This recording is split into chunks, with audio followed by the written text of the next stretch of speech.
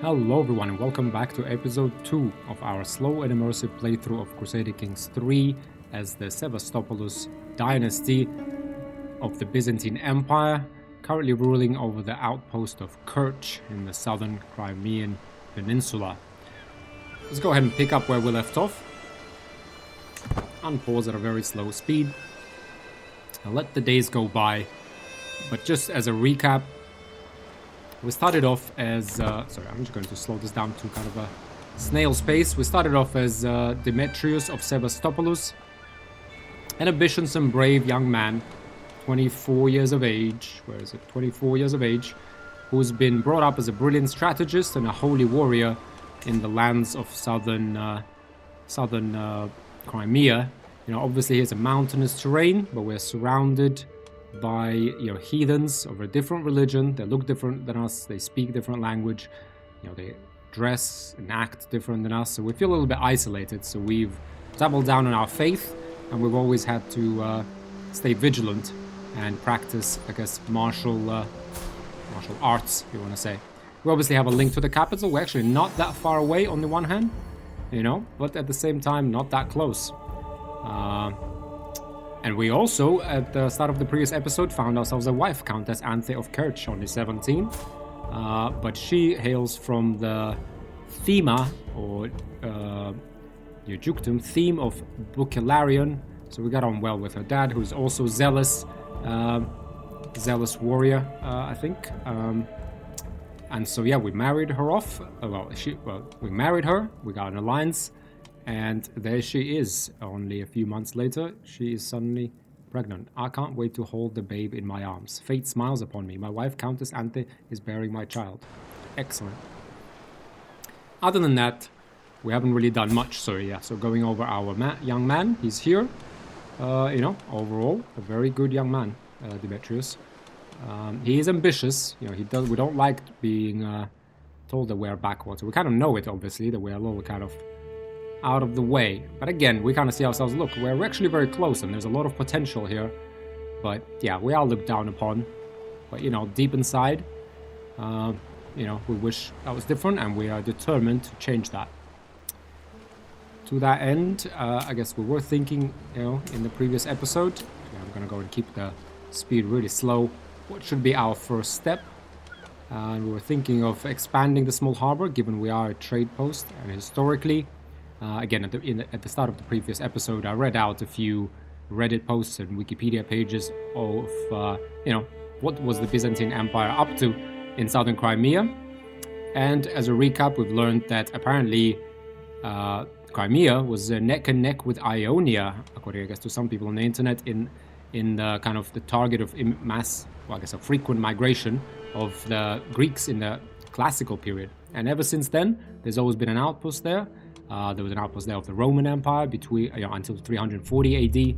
Then it was overrun. Then it was won back in around late 500s. So it is important. Why is it important? Because it is one of the three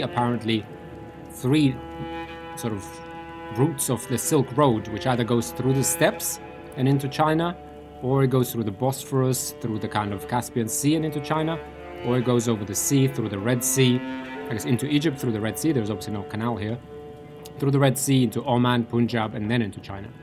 So, the steppes basically kind of accumulated here. There's also an outpost for goods that were abundant in the steppes, like furs, amber, I don't know, maybe whatever else, furs, amber, maybe something else, and nuts and whatnot, I don't know. But definitely furs and amber.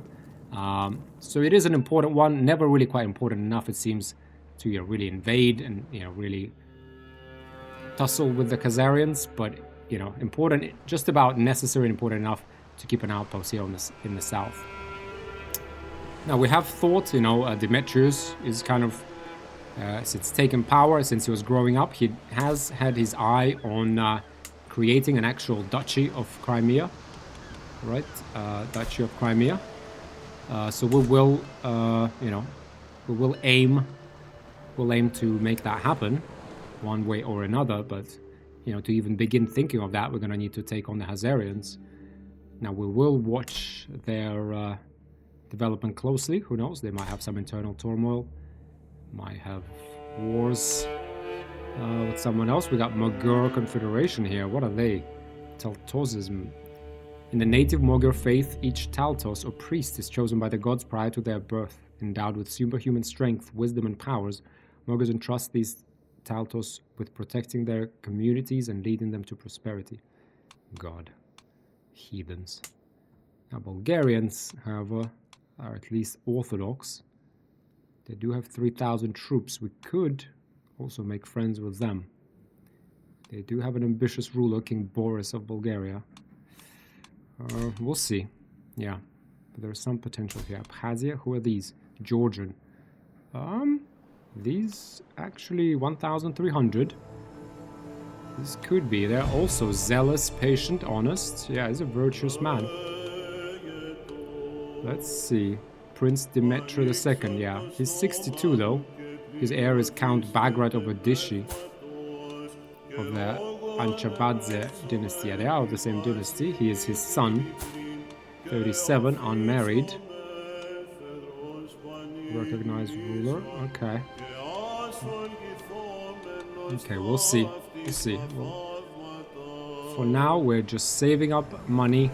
In terms of our stats, we're obviously high on martial. We've gone with the gallantry, chivalry focus, given we're young, you know. We're all about victory comes not through blood or gold, but honor, right? We're all about courtship, while promising prospects. Loyalty and respect is next. Skills from spouse or vizier counselor task plus 25%. Okay. Council, assist ruler. I think she should be in charge of diplomacy, to be honest. Chivalry, manage domain, patronage. I think we're going to task her with dealing with court politics because we really can't. Right? She's trusting, she's just, pregnant, she's astute, intellectual. Yeah, she's a good wife. We also started a scheme to potentially befriend or sway Basilius. Let's see, 20 days to completion, 20% success chance, not a lot. But he's not that much older than us. He's strong, he's a hunter, he's ambitious and brave, just like us. So, yeah, we felt like we could get on. Maybe we've been to the Imperial Palace when we were kids a few times, surely. So, you know, we're just trying to establish a connection here.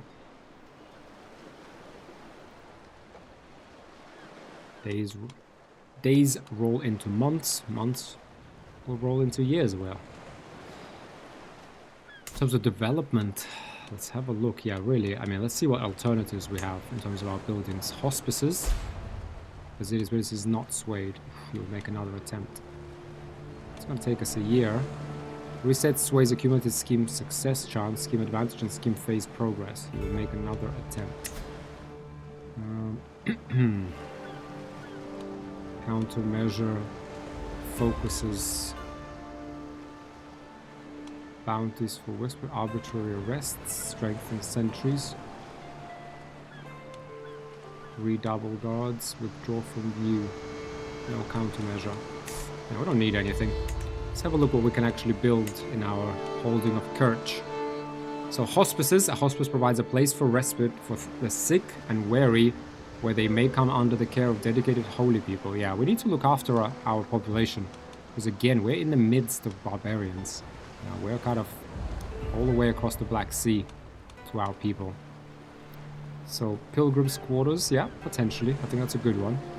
Walls and towers. Stone walls and intimidating bastion towers offer excellent protection from both raids and sieges. The more fortifications built, the more impenetrable the castle which they protect becomes. Tooltip modes. It's fine, let's not go there. Could get also 0.25 tax, fort level +1, danger -1, station heavy cavalry damage +10%, and station heavy cavalry toughness. Now it's going to be a while before I can actually afford heavy cavalry, so not sure about that. Farms and fields are the backbones of any economy. With a tired yet blissful smile, Anthe presents me with a perfect little son. Yes, who will you become, my child? And what shall I call you? Okay, our faith is strong, so we will call him Marcos, an Orthodox name. May you grow to be strong and wise, my son. Indeed. Now, go ahead and pause. Let's have a look at our council. We're making 2 gold. Sorry, pardon me. This thing just won't go away. No, sorry. Courtiers. Do we need a wet nurse? Monthly court grandeur change. Reduces chance for children to contract illnesses. Possibility for child development events. Okay, we got Helen, rapacious, blackguard, aptitude poor. Well, I guess I guess Marcus's mother, Anthony, is gonna have to deal with motherly duties. Yeah. I mean, can we look for one at least somewhere? Aptitude, courtier, resentful paragon, poor aptitude. Ugh. Okay, yeah. Not much here. The court physician. Honorable empath, your steward. Okay, interesting leeway. So we do actually have stewardship 12, because last time they showed us 0, 0, 0. I think we were just, the game just created new characters because we created our own character. Oh no, this guy. Or diplomacy, really.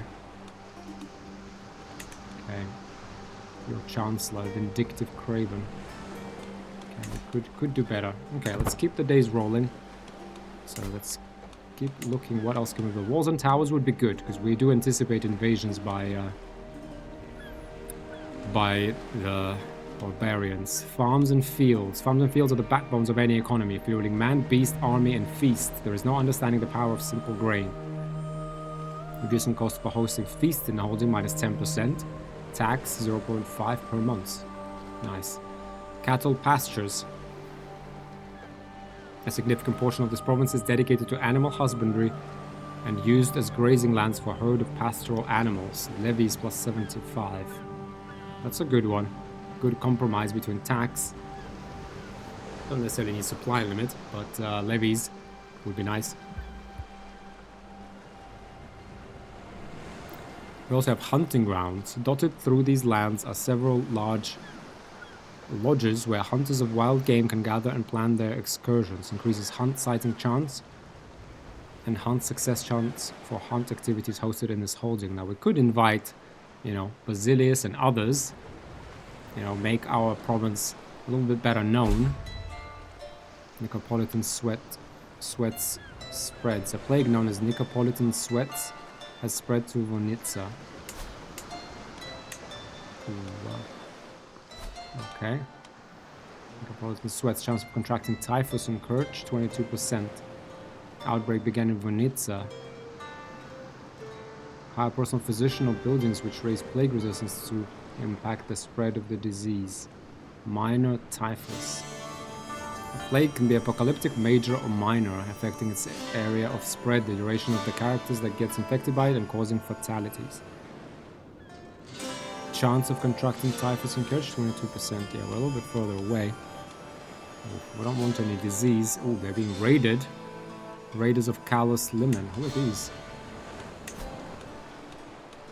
Kalos Limen, Khazar, Tengri. Yeah, we're gonna be mindful. If they come for us, pikemen, yeah, 500 men. The plague known as Nicopolitan sweats has spread to Lentini and Lecce.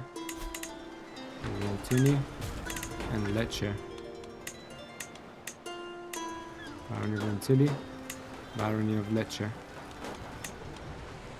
Okay, Lecce, yeah. I remember that from our previous playthrough, but okay. Nicopolitan sweats spreading. Let's keep looking at the buildings. Walls and towers, farms and fields, cattle pastures, hunting grounds. We saw barracks. Barracks are sturdy buildings with the sole purpose of housing and raising local levies for war. Plus 100 levies. Station heavy infantry. Station spearmen. Plus 20%. This is a good one because we will rely on spearmen, I think. Militia camps. The simple training ground where lightly armored infantry is readied for war. Skirmishers, pursuit and damage. Station archers damage. That's good. A plague knows this. Tranto and Patras. Okay. Stables. Rounces, pack horses, and other beasts of burden need a dedicated building. Stables also ensure that fresh mounts are available to anyone who can afford them. Station light cavalry. From level 4 enables the superior mounts travel option. Yeah, that's going to be a long time before we get level 4. And light and heavy cavalry. We might actually get light cavalry to fight the horse archers. But otherwise here, blacksmiths, smelting ore in furnaces and hammering metal into desired shapes. Smithies provide nearby communities with essential tools and weapons. Holding taxes plus 4%, station men-at-arms damage plus 15%, levy reinforcement rate plus 10%, knight effectiveness plus 1%. Yeah, it's really about militia camps if we had the space, but I would like probably walls and towers for taxes, right? And cattle pastures for taxes and levies.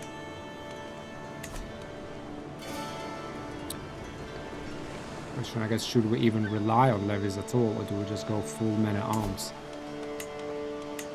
I mean, for now we need 250 gold. Let's go ahead and save that up. Could we go to the head of the Orthodox Church? Seek indulgences, pay gold. He is also ambitious.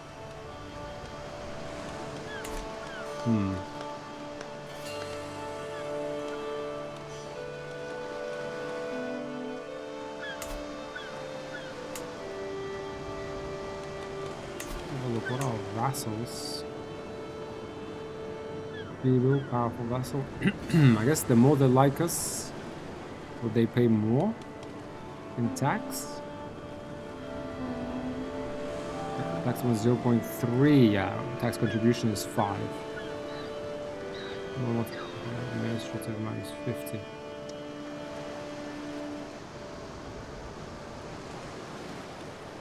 Okay.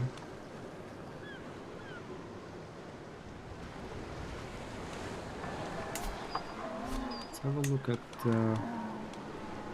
plagues. Interesting, I haven't even played since this came out. Okay, so plague in the Byzantine Empire. Okay. Legends. Now legends spreading. County type government. Administrative, feudal, tribal, clan. Also feudal and tribal. Okay. Interesting. Oh, feudal here. Who are these people? Not sure. What languages? Ogre, Nagar, Greek. Landless rulers. Okay, just a few here and there. Interesting. Economy and buildings. Yep, so the most developed city is obviously County of Byzantium. 21.6 per month. Wow. So is this economy? Yeah, okay, so this is Maiden's Towers. Okay. Spouse's piety impresses ecumenical patriarch. Your spouse's good learning skill led to this windfall. Gain 10 opinion of us. Nice. Can we ask him for money? Ask for gold. You do not have 250 piety. Okay. Fine. Well done, Anthe. She's a good wife. Rome. Castle of Roma 3.7. Okay. Economy and buildings development. Yeah, obviously. Barony of Constantinople 25 development. Roma 25. Paris is actually 15. Cordoba 20. What is this? Baghdad 20. Mandir Jujma. I guess that's where Delhi is today, right? Also 20. Lahore 18. Wow. Kabul. That's sort of Punjab, yeah, that's a very well developed area, I guess, in the river. Here, Itil, this is where the Khazars kind of originate. This is their homeland. Development 13. Okay, more developed than us. Okay, in the bud. All across the realm, the power of a new family appears to be taking root.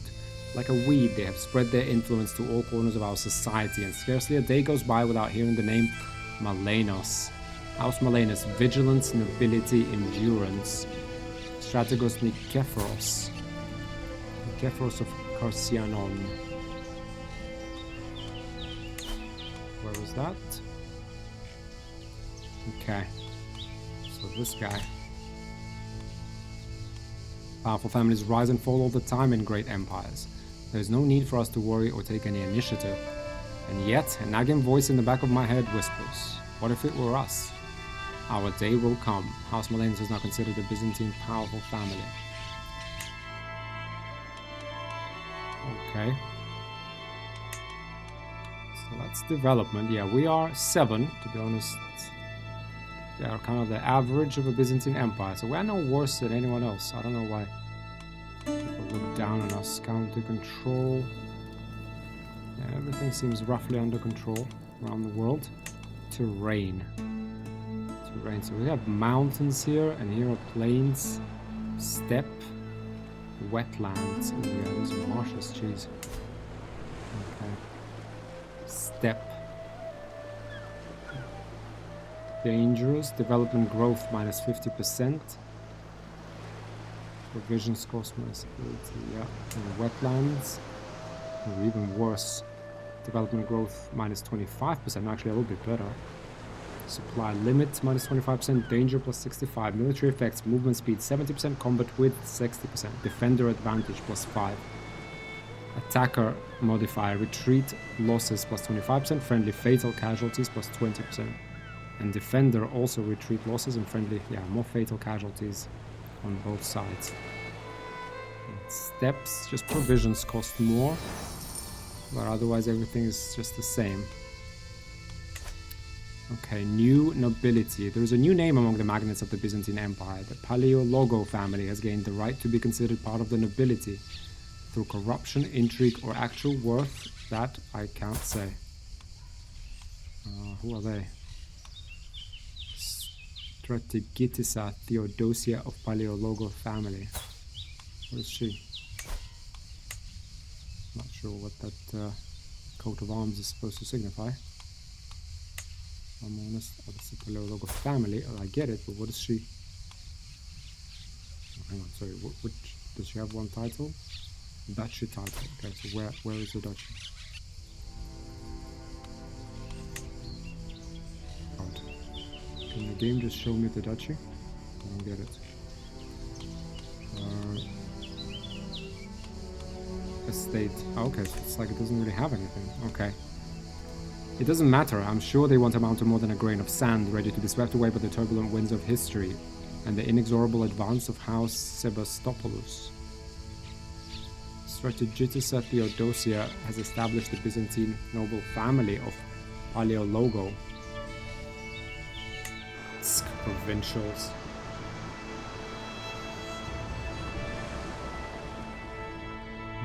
Okay.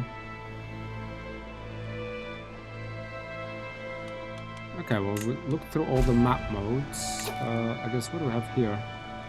Forest. Movement speed 80%, combat width 90%, defender advantage, provision cost minus 50. Supply limit, yeah. The forest, more mountains, and this is all steppe. Okay, because it is not swayed again. Oh, well, it's only 20%.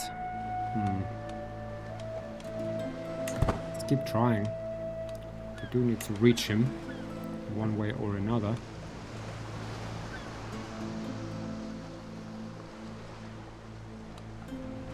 Piety, influence, renown.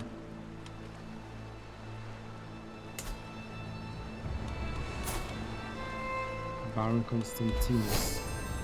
Martial perk available. You can unlock a new perk in the martial lifestyle. You gain spouse aids you in martial studies. Your spouse's good learning skill led to this windfall. You gain focused student for 4 years, learning +1.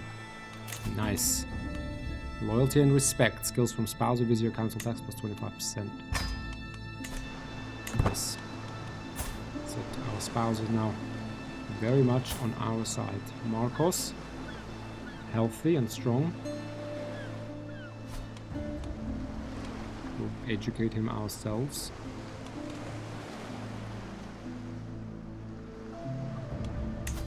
In terms of the military, however, your armies. Yeah, we can't create any many arms, but we can have Imperial Army. 2 of those.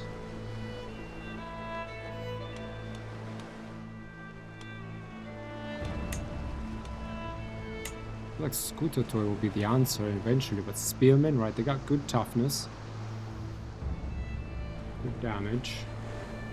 Screen. The defeated army reduces the amount of casualties they take in the aftermath of a battle by their army's combined screen value. And toughness. A soldier's toughness determines how much damage they can take in battle before they become a casualty. A levy soldier has 10 toughness. 32 damage, I guess. A soldier's damage determines how many casualties they can inflict upon the enemy during a battle.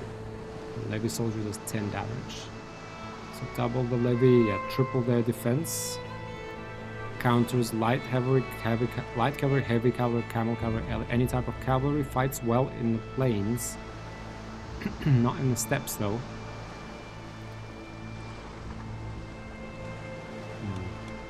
What about light horsemen? Plains, drylands.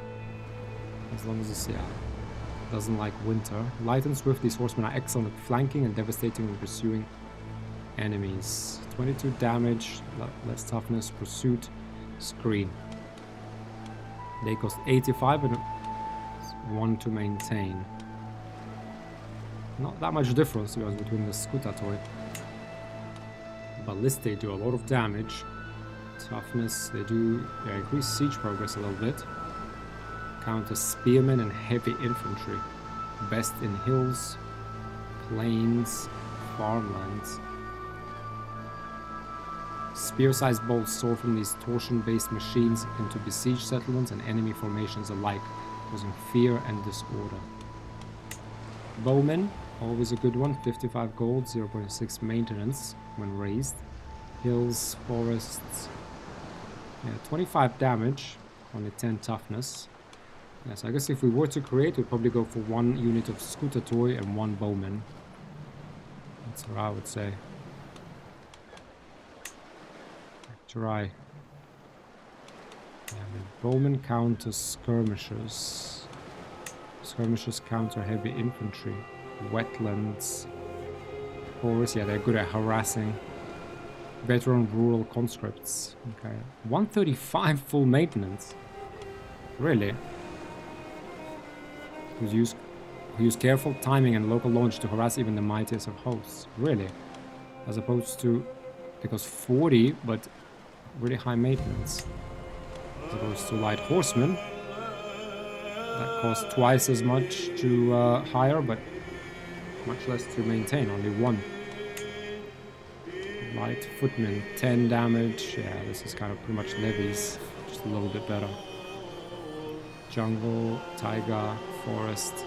Veteran skirmishers are invaluable harriers, disrupting enemy flanks and chipping away at morale. I guess Scooter Toy and Bowman is going to be our bread and butter. Because these guys, they got 500 horse archers. 45 damage, 21 toughness. Ouch, we need those shields. A plague known as Salernian boils has spread to Leku, Corfu, and 2 others. Screen 30. Horse archers counter skirmishers and heavy infantry, so they don't counter spearmen at least, right? So spearmen are a good choice. And they're good in plains, steppes. Damage plus 45. Wow, I guess whether you can just ride wherever they want. Turn.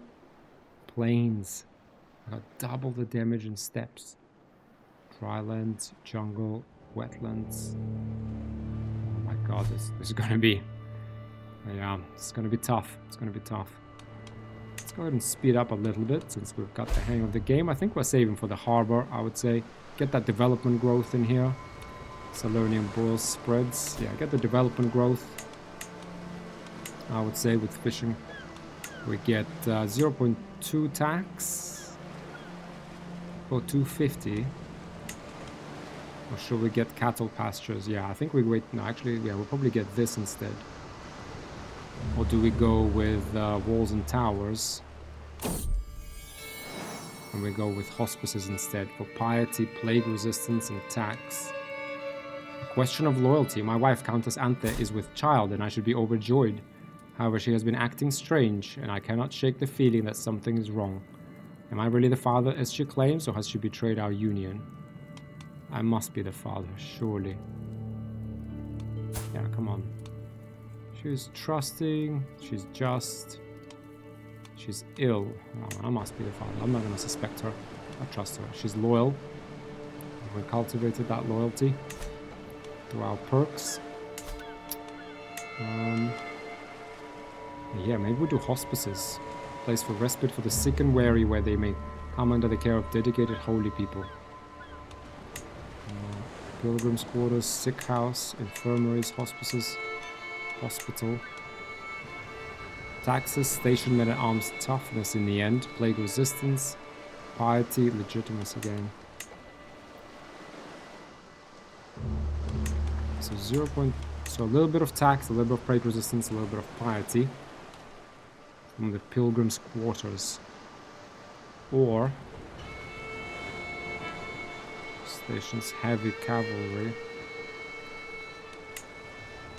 We just build castle as long as we get battlements.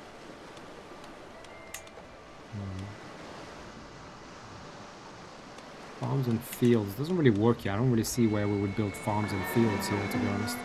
We obviously, well, we do have some plains here, but these aren't farmlands, so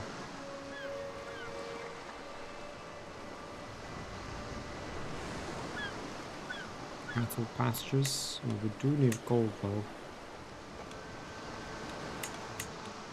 I feel like once we get these here, we could build, you know, these two we could build farmlands, right? Whereas here,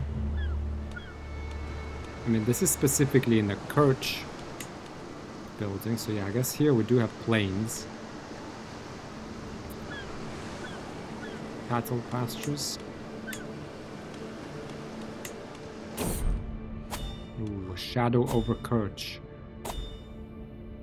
A walk through Kirch reveals something deeply unpleasant. A plague has arrived in this once thriving metropolis. The lumpy skin of the diseased is bright red and painful to the touch. They sweat even in the cold, and they have the look of a leper in their eyes. Already people are calling this affliction Kagan Manasech's boils, and it is happening on my own doorstep. While numbers remain low, it's only a matter of time until it spreads further. Summon the physician. You will seek a personal physician to help offset the plague. Yeah. Okay. What? A plague. Oh.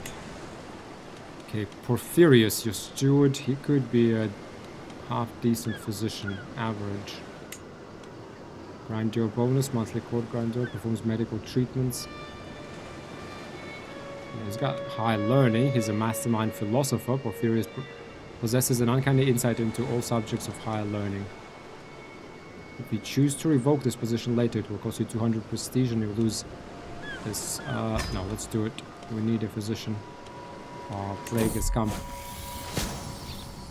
Okay, this world is full of dangers, even to Turmash's and his court. I should hire a court physician, lest injury or disease befall us. I have asked around for recommendations. I have assembled a few options to choose from. Naomi, oh, her aptitude is excellent. We would pay 50.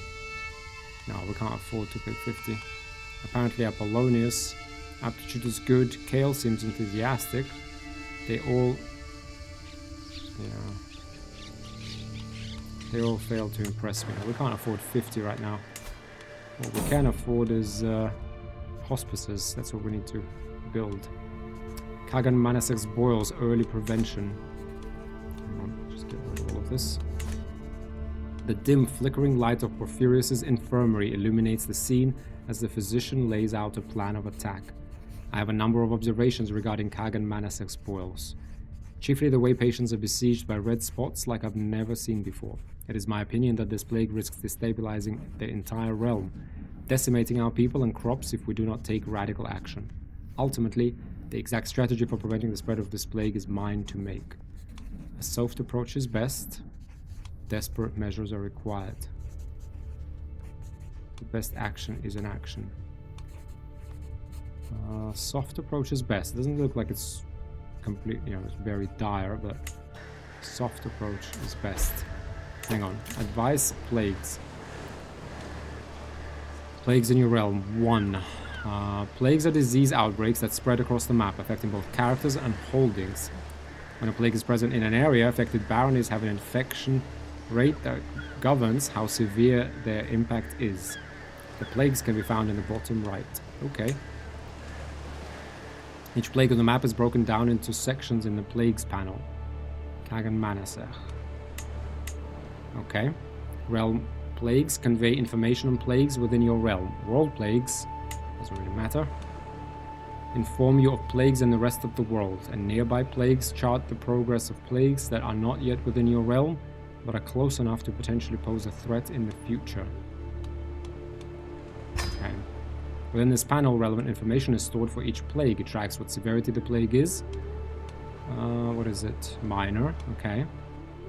Minor, major, or apocalyptic, and where and when it began. Chiefdom of Zichia. Oh, these barbarians, look at it, disgusting. How many characters it has killed. In both character and location modifiers for baronies and counties. Affecting modifiers: measles. This character suffers from a prolonged fever, rashes, and cough, leading many people to equate this malady to a little leprosy. Okay. Health critical penalty. Child health critical penalty. Oh, dear me. Barony and county modifiers. Oof. Okay. Based on the infection rate in a given barony, different effects will be applied to the holding and its holder and their lieges. Okay. Okay. The View Plague button will take you further into detail. View Plague. This panel includes information on the infection rate of each barony impacted by the plague. Kirch, 38%.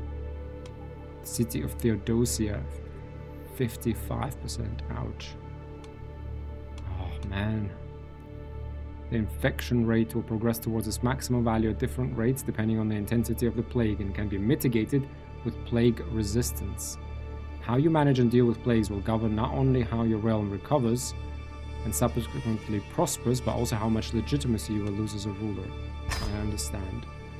Okay. Kagan Manasech boils spreads. Oh. Okay. Measles. So, we'll get controlled decline if it's over 10%, and plague danger plus 5%. Over 50%, now in the city of Theodosia, we get development decline, control decline, popular opinion, plague danger plus 15. Okay, let's keep an eye on that. Plague resistance. When dealing with plagues, you have a few options to restrict their progress across your lands. The major governing factors for this is plague resistance. The higher the plague resistance of your baronies or counties, the better you can hold off a plague. Plague resistance lowers the infection rate of a barony or county, mitigating the effects of a plague. The plague resistance can be increased through buildings like hospices or burial site, duchy building, court position, tasks performed by the personal physician, decisions or events. Okay, court position tasks. Some court positions can perform an additional task, often giving more benefits at an extra cost. Only one task can be active at a time per court position. Okay. So click here. Plague resistance can be increased in multiple ways. Buildings like hospices and charnel grounds give innate bonuses to plague resistance for the county or barony they are built in. Others, less permanent options, include court position tasks performed by the personal physicians, decisions, or events. Okay, this guy, personal physician, costs us 0.1 per month right now. Performs medical treatments. Controls plagues. My personal physician will actively perform the controlled plague task. Plague resistance plus 10. Effect on personal physician 0.2 prestige. Advanced research. Monthly lifestyle experience. Divine charity. No. Control plagues, please. Plague resistance plus 10. Got it. As plague resistance increases, the infectious rate of the relevant baronies decreases. Whilst it is unlikely that you will be able to fully stamp out a large plague just from taking measures like these, reducing the infection rate will help reduce general devastation in your realm. I understand. Okay. Okay, well, at least we took measures. That's good to know.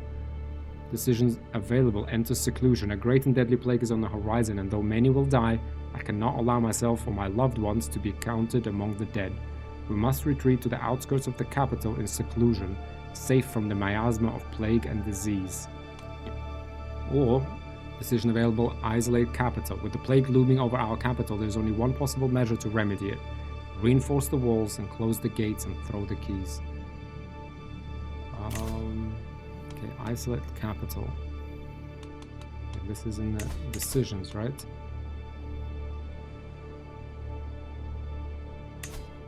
Increases the plague resistance. Select an action. Enter seclusion. Just ask me. We're too brave for this, right? Recruit a co-physician. Commission. Yeah. And we're gonna build a hospice, right? We're not gonna hide. We're gonna come together. And yeah, we're gonna come together. And we're going to Helen gained it. Ooh. Measles, my poor wife. Grave news reaches me. My wife, Anthe, has fallen ill with measles. The future is uncertain. Death lingers closely by her bedside, yet all is not lost. Anthe might survive should luck be on her side. Only God knows her fate. The physician wants to know how my wife should be treated.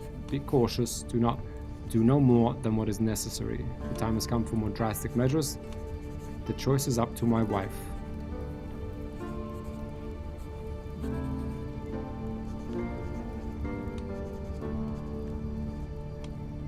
She is pregnant, so let's be cautious. Do no more than what is necessary. No more than what is necessary, or time has come for drastic measures. A risky treatment may have great outcomes, but could also lead to worsened symptoms or permanent injuries. Be cautious. A safe treatment might lessen symptoms temporarily and has few risks. Early prevention success. It would seem gained reduced disease symptoms for 1 year. Successful treatment. Excellent. Early prevention success. It would seem the moderate approach has proven successful with a slow in spread of disease symptoms among the commoners. Though the impact is quite minimal, it should at least grant more time to work on a more permanent solution. Wonderful. You gain mild epidemic prevention for 10 years. Plague resistance +5. This character's physician recently prescribed some moderate measures to prevent the spread of the encroaching epidemic. Wonderful. Okay. Let's see, our wife is pregnant as well. The little misery. Oof. Sebastopoulos spreads. Itching. I wake up in the middle of the night and find my leg bleeding. My nails too. The itching is so strong I can't stop myself from digging deeper. I sink myself in cold water hoping it will go away. My reflection. Red eyes. My lord, that's the malady known as measles. Do no more than what is necessary. A safe treatment might lessen the symptoms. Yeah.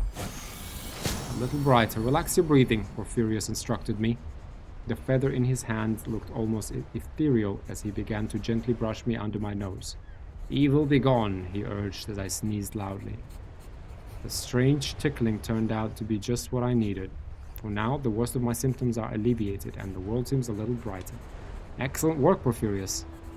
Reduced disease symptoms, huge boost in health. A successful treatment has reduced this character's disease symptoms. Okay, we should be able to pull through. But we're building hospices the moment we get a chance. Yeah, we need to double down on our religion. Co-physician knowledge increases. He's now in novice physician. Nice. Offer ward. Hang on. Greetings, my implacable vassal. It would please me greatly if you could personally see to little Leon Macedon's education until he comes of age. Leon Macedon, son of Basilius. Of course, Ward must travel to Guardian's court. Except, Ward sets out. Leon? Wow, he entrusted me with his son. Leon Macedon, yeah, he's the younger son, I guess. Hang on. Slander. Attempt to harm Anastasia's Macedon influence to greatly reduce her candidate score for all titles. Influence candidacy. Send gift. Arrange marriage with... okay.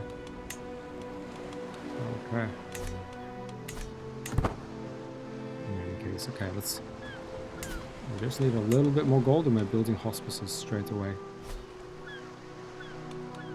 Given how remote we are and how surrounded we are, the plague spreads. Basilius swayed, yeah, perfect. Enter seclusion or isolate capital. No, we're brave. We're gonna stand with our people. Right, we're already isolated. We're gonna stand with our people, stand with our faith, and we're going to get through this.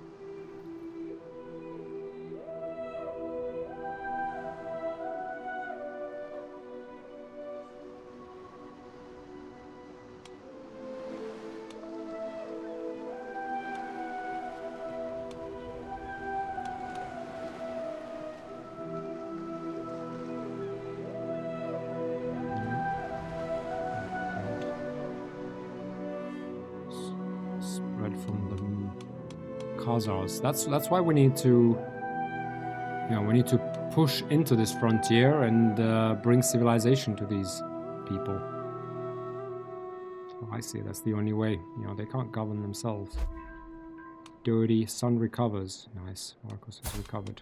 Thank God. Thank God. Your counselor Isis has died. Ooh. Measles. New realm priest. Porphyrios does not endorse you. God. Bishop endorsement.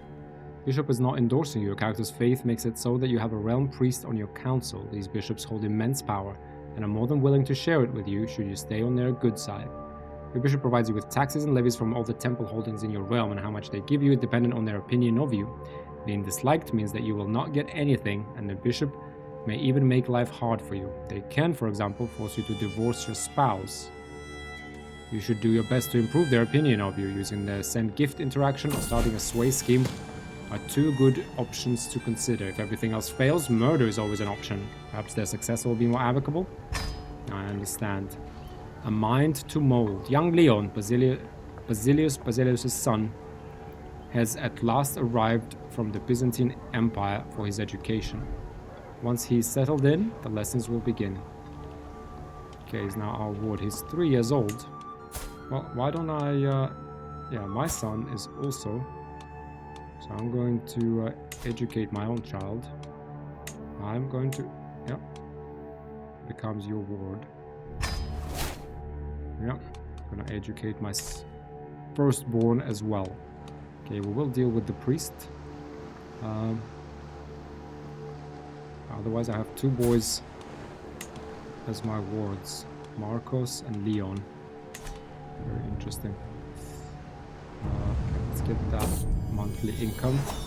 With a tired yet blissful smile, Anthe presents me with the perfect little son. Who will you become, my child? And what shall I call you? Michael.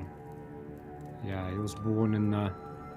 just like the Archangel Michael. May you grow to be strong and wise, my son. Oh, Anthe, well done. She's sick. Everyone's sick in the castle. And she just gave birth. What a legend. Measles, balanced humors. As I walk down the halls, I hear some muffled laugh. That voice, I'm not used to hearing it so clear and bright. I push the half-open door and there is in front of me is my wife Anthe, seemingly recovered from measles. My beloved wife is well once more. It's difficult not to shed a tear of joy. Wonderful news. Jesus be praised. She loses the trait measles. A chance to breathe. I sit down on my bed and take a look at my hands, palms up. Finally, the rashes are gone and my skin is back to its normal color. It is almost strange to be able to breathe again without that intense itching. You lose the trait measles, 5% gain the trait blind. I am now immune to measles. Time to get back into it. Oof. Oof. Okay, we're recovered. Excellent. Okay, the plague is still here though. Oh my god. Wow. Favorite child. You can now choose who's your favorite child. This means they will have higher opinion of you, and when you die, You could choose to continue your legacy as them instead of your heir. Your favorite child can be children, grandchildren, great-grandchildren, as long as they are in your dynasty. Interesting. Open character view highlighted.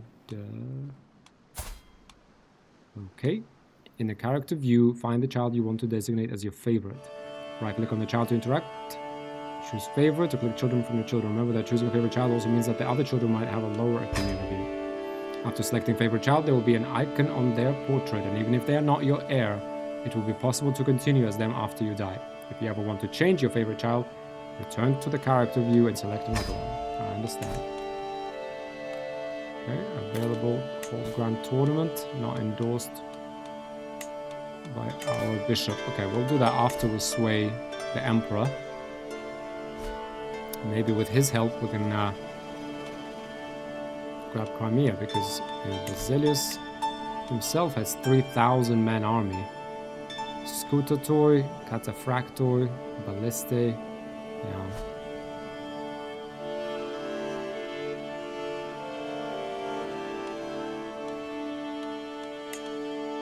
Oh, speed up a little bit, just to a normal speed, right? Slow.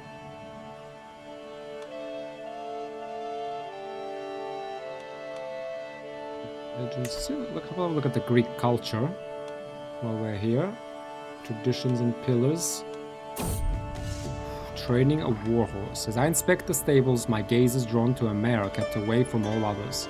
She throws her head and stomps her hooves, displaying her powerful hindquarters and well-arched neck. This creature has the best of conformations and the worst of tempers. I have never seen such a warhorse before, but the stable master insists that she is impossible to train. I am not one to back away from a challenge. I might gain a martial life style perk. The horse might become your own steed. I'm not backing away from that challenge for sure. Now we are bureaucratic. Okay, this is gonna keep going. So let's slow down. Training a warhorse. The horse pins his ears back as I approach. Her disregard for me crystal clear. This first meeting is important to earn her trust and respect, and I need to decide how to go about it. A steady hand is required to tame this beast. If I am gentle and move slowly, she will trust me. A steady hand is required to tame this beast. For sure. Bureaucratic culture. Rulers can adopt administrative government type as a king, as well as when they are emperors. All Greek characters, monthly lifestyle experience plus 10%, cultural fascination progress plus 5%, minority vassal opinion minus 10. All Greek counties, development growth plus 15%. No culture lasts longer than its oldest record, and this culture believes in accounting so meticulous as to guarantee immortality. Okay. It is a mighty feeling. The powerful horse follows me everywhere, my every whim.